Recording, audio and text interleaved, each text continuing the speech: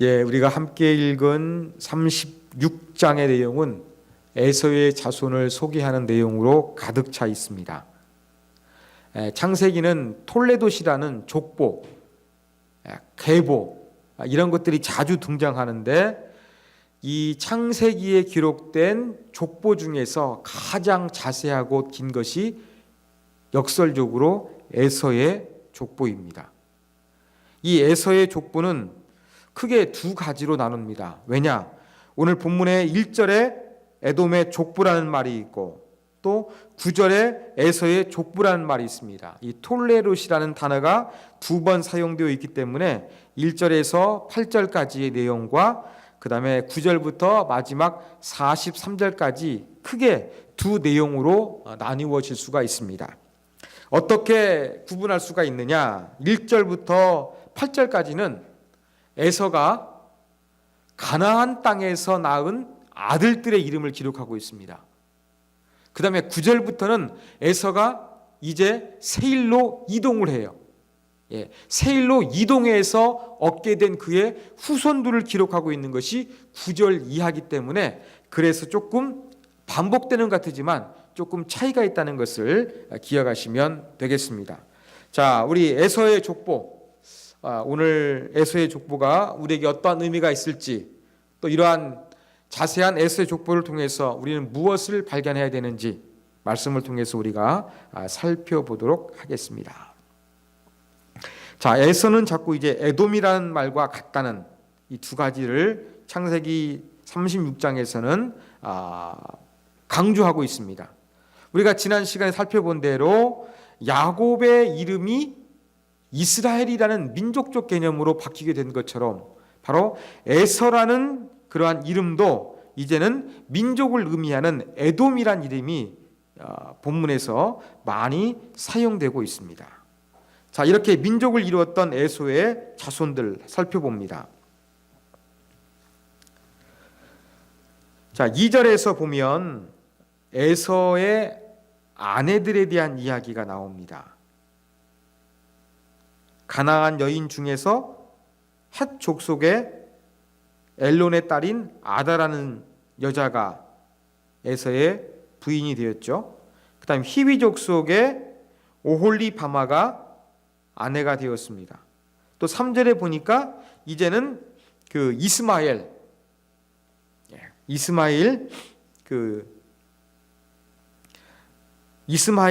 딸, 이스마엘도 가나안 족속입니다. 가나안 족속의 그 딸을 맞이하게 되는 그러한 이야기로 차 있습니다. 자, 2절과 3절에서 이렇게 세 명의 에서의 아내들이 기록되어져 있는데 이 이름은 우리가 살펴본 그 창세기 26장 그리고 28장에 기록된 에서의 아내들의 이름하고 조금 다릅니다. 왜 이렇게 다를까? 학자들은 열심히 연구를 했습니다만 여기에 대해서 조금 많은 사람들이 공감할 만한 그러한 대답을 이끌어내지 못하고 있습니다. 어떠한 사람은 이렇게 이름이 다른 이유가 에서의 아내들의 이름이 여러 개 있을 것이다, 이렇게 추정한 사람도 있고, 또 에서의 아내는 성경에서 기록된 사람이 아니라 그 이상이었을 것이다. 제가 말씀드린 대로 야곱의 딸은 디나, 성폭력을 당한 디나 한 사람만 나오지만 그 이사에서 정리했을 때 보면은 딸들이라는 복수형이 사용되어 가지고 성경에 기록되지 않은 딸들이 있었거든요.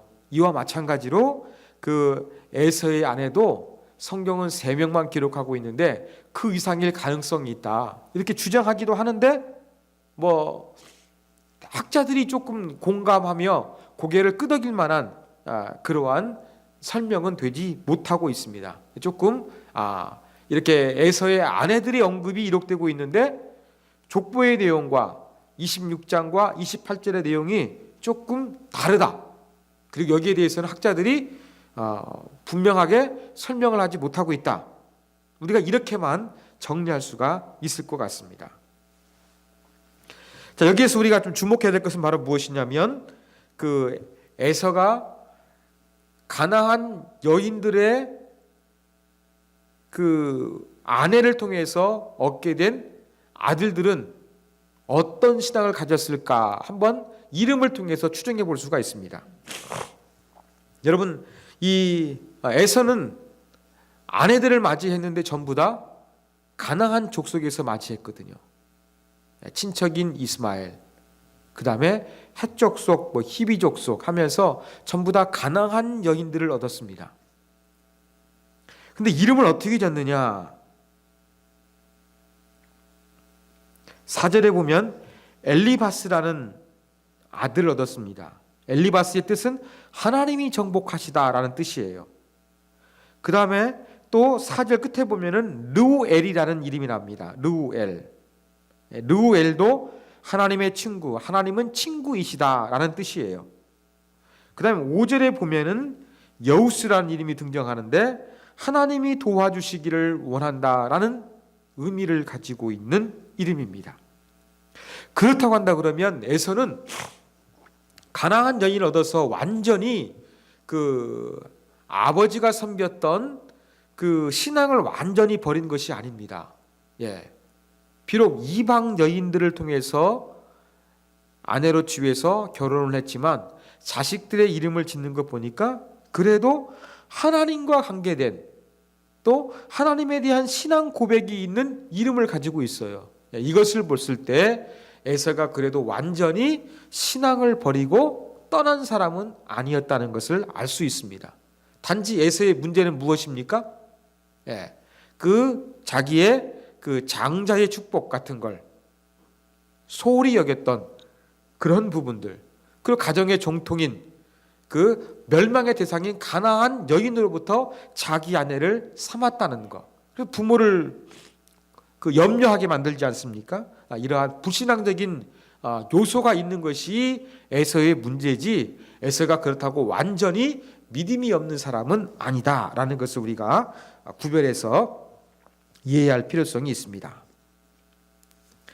자, 재미있는 것은 이렇게 에서가 가나안에서 얻은 아들들의 이름을 이렇게 쭉 기록을 했습니다. 그러면서 이제는 에서가 어디로 이동하고 있다고 소개하고 있느냐? 8절에 보니까 세일산에 거주했다 그렇게 이야기합니다. 야곱과 함께 살 수가 없었던 이유가 무엇이냐? 7절이에요. 두 사람의 소유가 풍부하여 함께 거주할 수 없음이러라. 어디서 많이 본 거죠? 어디에서 봤습니까? 예, 아브라함과 롯이 하나님의 복을 받아서 소유가 많아서 땅이 부족했거든요. 이와 비슷한 이치로 두 사람이 복을 많이 받아서 에서가 가나안을 떠납니다. 이게 재밌는 거예요. 이게 재밌는 거예요. 자, 여러분, 야곱의 아들들은 주로 어디에서 태어났습니까? 한 명만, 베냐민만 빼놓고 전부 다 밧다마람, 하란에서 태어났습니다.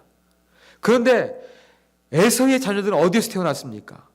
가나안 여인들 통해서 가나안 땅에서 태어났어요. 그런데 육체적으로 가나안 땅에서 태어난 에서의 후손들은 세일산으로 이동을 했고, 저 멀리 아브라함의 고향인 밧단아람에서 태어났던 야곱의 아들들은 가나안 땅에 정착하는 이러한 재미난 현상이 나타나고 있다는 것을 우리가 볼 수가 있습니다. 자, 이렇게 이제 에서의 아내, 아들들 하나님이 복을 주셔가지고 많은 그러한 가축, 동물, 사람들이 많아가지고 이제 가나안을 떠나서 세일 땅으로 자발적으로 이주했다. 여기까지 살펴봤습니다. 8절까지 내용이거든요. 이제 9절부터는 세일로 이동한 이 에돔 족속에 대한 이야기를 이제 족보 형식으로 또 다시 한번 자세하게 정리를 하고 있습니다. 이제 이 내용을 우리가 살펴보도록 하겠습니다. 자, 9절부터 14절까지를 보면은요, 에서의 아들과 손자가 기록되어 있습니다. 에서의 아들 5명, 손자 10명이 언급되고 있어요. 그런데 이 단락에서 아주 흥미로운 것은 바로 무엇이냐면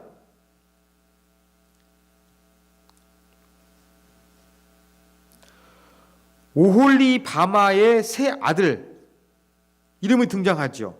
여우스, 얄람, 고라. 근데 이 아들들이 누구를 낳았는지는 언급하지 않고 있어요. 그게 좀 특이합니다. 아마 어떤 학자는 에서의 아들과 그의 손주들 3대가 되죠. 3대째 됐을 때에 이제 15절부터는 족장이란 단어가 사용되거든요. 에서의 손주들로부터는 족장이란 이름이 사용되고 있는데 이 족장 이름을 사용하는데 12명의 족장을 언급합니다.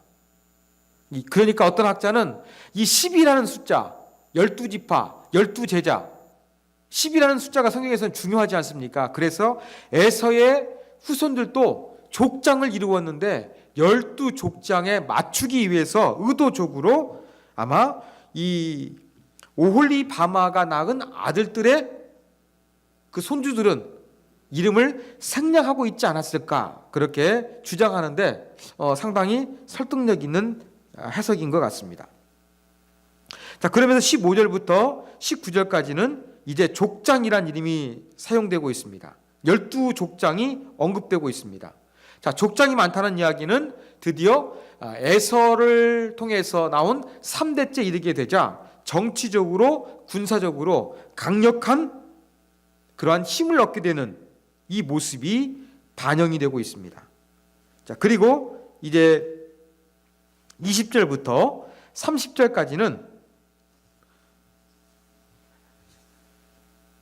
에서가 세일산에 거주하기 이전에 살았던 원주민에 대해서 이야기합니다.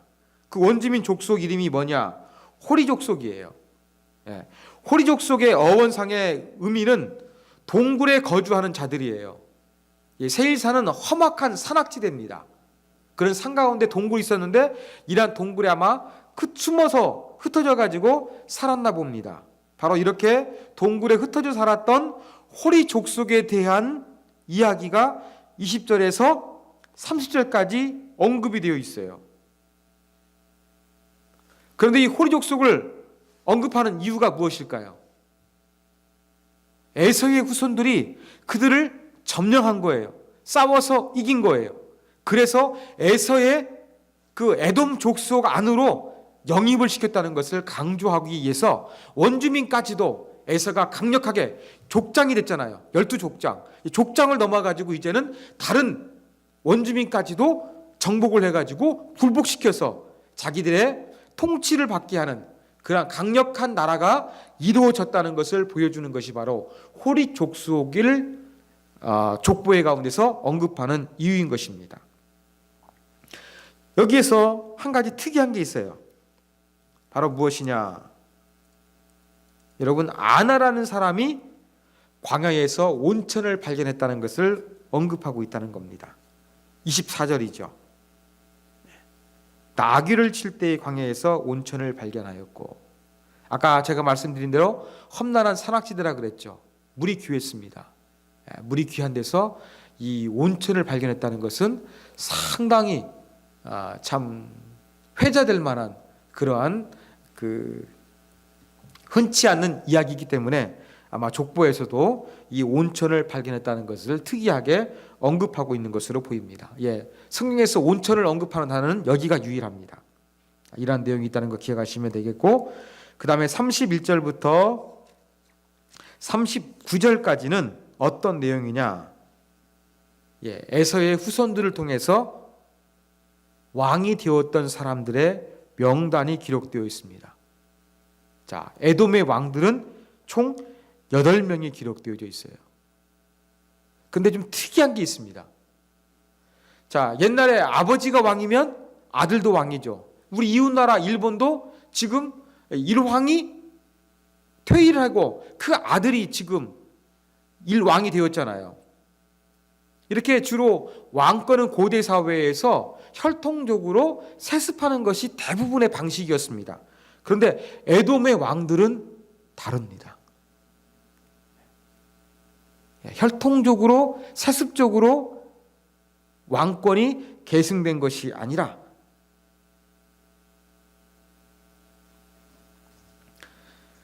왕이 바뀔 때마다 중심이 됐던 지역사회가 다릅니다. 다른 지역으로부터 새로운 왕이 등장합니다. 이걸 봤을 때 혈통에 의한 세습이 아니라 아주 독특한 능력에 따라서 왕의 장소도 바뀌게 되는 그러한 독특한 왕이 에돔 족속에서는 나오게 되었다는 것을 여러분이 기억하시면 되겠습니다. 그런데 또 한 가지 여기서 재미있는 것은 바로 무엇이냐? 여러분, 누가 먼저 왕을 만들었습니까? 이삭의 자녀들이 먼저 왕이 나왔습니까? 아니면 에서의 후손을 통해서 먼저 왕들이 나왔습니까? 에서의 후손들이 먼저 왕이 되었다는 것입니다. 그것을 여러분들이 하나 특이한 케이스로 기억해 놓으시면 되겠습니다. 그 다음에 이 40절부터 43절까지는 이제 다시 한번 족장에 대한 것들이 언급되어져 있습니다. 그러면서 여기에 보니까 아마 왕들 언급했는데 다시 40절에서 족장들이 나오고 있어요. 그 이유는 아마 지방 분권이 이루어졌나 봅니다. 우리나라에도 보면은 대통령이 나라를 다스리잖아요. 그렇지만 우리가 풀뿌리 민주주의라 그래가지고 경기도지사도 뽑고 또 고향시장도 뽑습니다. 구청장도 뽑습니다. 그래서 그들이 통치하는 것처럼 이 에돔 사회에도 왕이 분명히 있었지만 이러한 족장들이 이 지방을 분권해서 다스리는 그러한 정치 체제를 유지했을 것으로 그렇게 추정이 됩니다. 이것이 바로 에서의 족보입니다. 여러분 은혜될 만한 부분 많이 없죠. 그렇지만 그래도 한번 이것을 통해서 우리가 살펴볼 수 있는 교훈점 몇 가지 살펴보겠습니다. 자, 첫 번째, 에서의 족보를 언급하다 보니까 에서는 주로 그 가나안 여인들을 자기 아내로 맞이했습니다. 자, 국제 결혼이 빈번한 이 시대에 성경에서는 통혼을 금지하고 있는데 이것을 어떻게 볼 것인가? 한번 여기에 대해서 우리가 잠시 생각을 해봤으면 좋겠습니다. 여러분, 창세기에서 가나안 사람들과 통혼하는 것, 결혼하는 것, 장가 들고 시집 오게 되는 것, 이것을 부정적으로 묘사합니다. 특별히 여러분 말씀드린 대로 아브라함, 이삭의 아내를 얻기 위해서 멸망시켜야 될 가나안 원주민이 아닌 자기 아버지가 죽었던 하란으로 가서 며느리감을 그렇게 찾아오게 했습니다. 이삭도 이러한 아브라함의 전통을 이어받아 물론 에서의 마음을 조금 불편하게 해서 그랬습니다만 그래도 며느리감을 찾기 위해서 하란으로 떠나지 않습니까? 그런데 에서는 가나안 여인을 아내로 맞이했습니다. 그리고 우리가 살펴본 대로 에서는 이렇게 가나안 여인들을 자기의 아내로 맞이하면서 별로 그렇게 갈등하거나 주저하는 모습이 별로 없이 자연스럽게 받아들인 것으로 보입니다.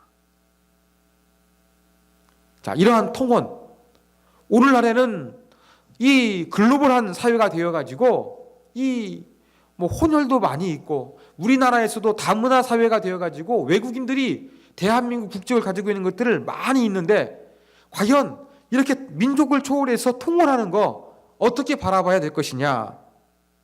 성경은 혈통적이고 민족적으로 아주 조금 보수적인 입장을 취해서 배타성이 강한 그러한 그 성경의 입장인 것이냐? 우리가 이렇게 생각하기가 쉽습니다. 여러분, 성경은 혈통적인 결혼, 민족적인 배타성을 가지라고 합리화하라고 가르치지 않습니다. 이건 성경의 가르침이 아닙니다. 성경에서 통혼을 금지한 이유가 무엇인지 분명히 알아야 됩니다. 그 이유는 바로 무엇이었느냐? 이방인들이 덜 떨어졌고 선민이 아니라서 그 야만인 같은 사람이기 때문에 무시하라고, 괄시하라고 그렇게 결혼하지 말라고 한 것이 아닙니다. 바로 신앙의 순수성을 위한 것이었습니다. 하나님 백성의 삶은 다른 민족이나 백성들을 폄하하는 것, 무시하는 것, 배척하는 것, 이건 하나님의 방법이 아닙니다. 그러나 그들과 같이 결혼하지 말라고 한 것은 하나님의 백성으로서 신앙을 유지하고 하나님의 백성다운 정체성을 유지하기 위해서 구별된 삶을 살라는 그러한 의미지, 다른 민족에 대한 배타성이나 우월의식을 가진 것은 성경이 지지하는 입장이 아니라는 것을 다시 한번 저와 여러분이 마음속에 새기기를 원합니다. 자, 두 번째 교훈입니다. 자, 두 번째 교훈은 장자의 축복을 받지 못한 에서의 번영을 어떻게 볼 것인가 하는 것입니다. 여러분, 오늘 에서의 족보입니다. 에서 족보인데, 자, 내용 보면은 에서가 잘 살았을 것 같습니까? 못 살았을 것 같습니까? 잘 살았어요. 소유도 많았잖아요. 재물도 축적했잖아요. 가축도 많았잖아요. 자식도 많았잖아요. 족장들이 나왔잖아요. 원주민 정복했잖아요. 왕들이 야곱의 후손보다 더 빨리 나왔잖아요. 이것을 보면은요, 에서는 번영했어요. 에서가 이렇게 번영했는데 장자의 축복은 받지 못했어요. 여러분, 이러한 에서의 모습은 우리가 받아들여야 할까요? 그리고 제가 말씀드린 대로 창세기에서 가장 자세한 긴 족보는 바로 에서의 족보입니다.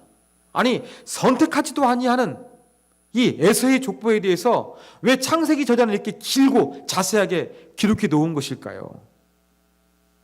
그 이유가 무엇이겠습니까? 우리는 이 이유에 대해서 한번 고민해 볼 필요성이 있습니다.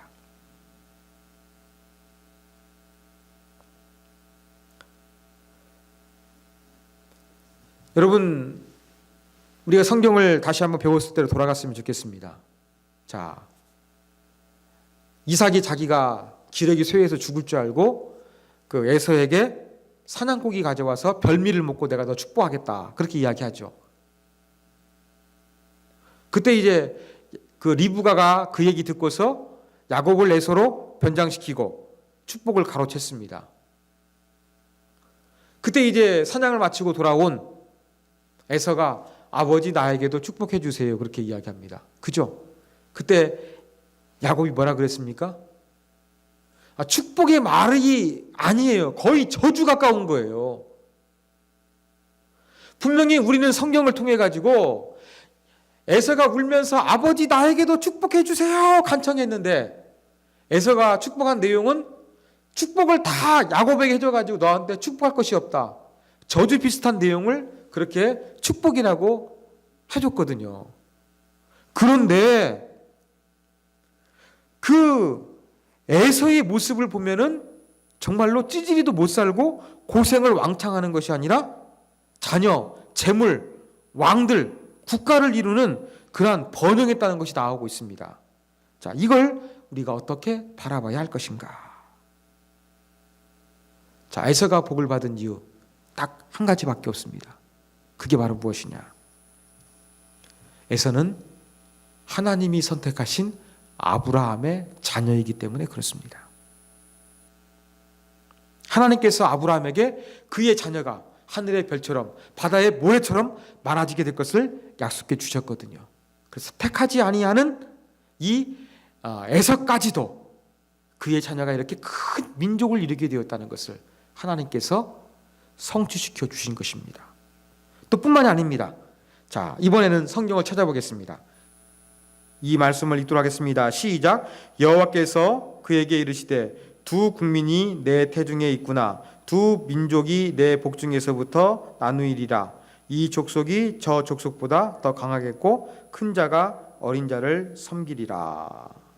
예, 이런 내용이 나옵니다. 자, 그 리브가가 하나님께 기도했을 때 하나님의 응답이죠. 그때 벌써 하나님께서 뭐라고 말씀하셨습니까? 쌍둥이 아들인데 둘 다 어떻게 한다고요? 다 큰 민족을 이룰 것을 언급을 했습니다. 그렇다고 한다 그러면 에서가 잘된 것은 에서의 능력이 아니에요. 하나님의 약속 때문에 잘된 거예요. 그렇지만 안고 없는 찐빵과 같이 하나님이 없는 축복인 거예요. 허망한 축복이죠. 남이 볼 때에는 뭔가 이룬 같지만 정말 그 안에 값진 것이 없는, 하나님이 없는 그러한 축복을, 장자의 축복을 받지 못한 에서가 번영을 누리게 되었다. 그 이유는 에서의 능력과 에서가 뭔가 탁월함이 있었기 때문이 아니라 바로 아브라함에게 하셨던 하나님의 약속, 또 리브가에게 하나님이 주셨던 약속 때문에 에서가 장자의 축복, 하나님이 선택한 민족이 되지 못했음에도 불구하고 번영을 이루게 되었다라는 것을 여러분들이 기억하셔야 되겠습니다. 자, 그리고 하나님의 약속이 성취된다는 것 또 한 가지 살펴보겠습니다. 자, 창세기 27장 39절.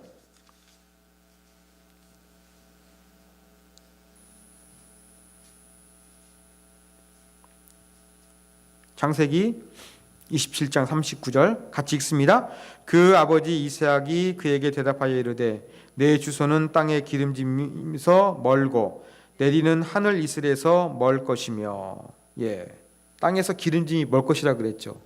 자, 에서가 에돔 지역, 사람을 의미하기도 합니다만 세일산 근처로 갔다 그랬습니다. 제가 거기는 험준한 산악지대라 그랬습니다. 호리 족속이 동굴에 살았다 그랬습니다. 바로 땅의 기름짐에서 멀 것이며 기름진 가나안을 떠나서 이렇게 그 세일산 험악한 산악지역에서 살게 되는데, 이것도 어떻게 된 겁니까? 결론적으로 보면 이 이삭이 축복한 대로 이루어집니다. 이런 걸 볼 때에 하나님의 약속이 에서의 족보를 통해서도 다 이루어지고 있음을 우리가 확인할 수가 있습니다. 에서가 뭔가 믿음의 사람이 아니기 때문에 뭔가 우리가 좀 감동 있는 그런 적용은 없습니다만, 이렇게 하나님이 택하지 아니한 사람까지도 복을 주시겠다고 약속하시면 반드시 주신다는 것을 강조하기 위해서 창세기 36장 이렇게 에서의 축복을 장황하게 기록하고 있다라는 것을 여러분이 기억하시면 되겠습니다. 자, 마지막 세 번째 교훈입니다. 자, 세 번째 교훈은 하나님의 약속은 믿음을 요구하는 오랜 시간이 소요될 수 있다는 사실을 우리가 기억해야 되겠습니다.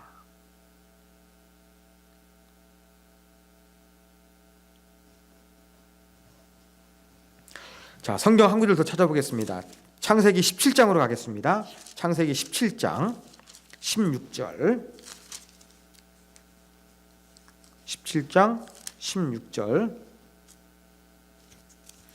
자, 아브라함 아내 사라에게 하나님께서 하셨던 말씀입니다. 16절 말씀 같이 읽을까요? 시작. 내가 그에게 복을 주어 그가 내게 아들을 낳아 주게 하며 내가 그에게 복을 주어 그를 여러 민족의 어머니가 되게 하리니 민족의 여러 왕이 그에게서 나리라. 자, 아브라함 아내 사라까지도 어때요? 에서가 번영하게 큰 민족을 이룰 것을 약속해 주셨죠. 그런데 이 중에서 우리가 주목하고자 하는 것은 왕이라는 단어예요. 왕이라는 단어입니다. 왕들이 아브라함의 후손들을 통해서 이루어질 것을 분명하게 하나님께서 약속해 주신 거예요. 그런데 왕이 되는 약속, 누가 먼저 성취가 됩니까? 에서가 성취가 되는 거예요. 이게 사람을 조금 우리로 하여금 좀 낙심하게 하고 힘들게 할 때도 있습니다.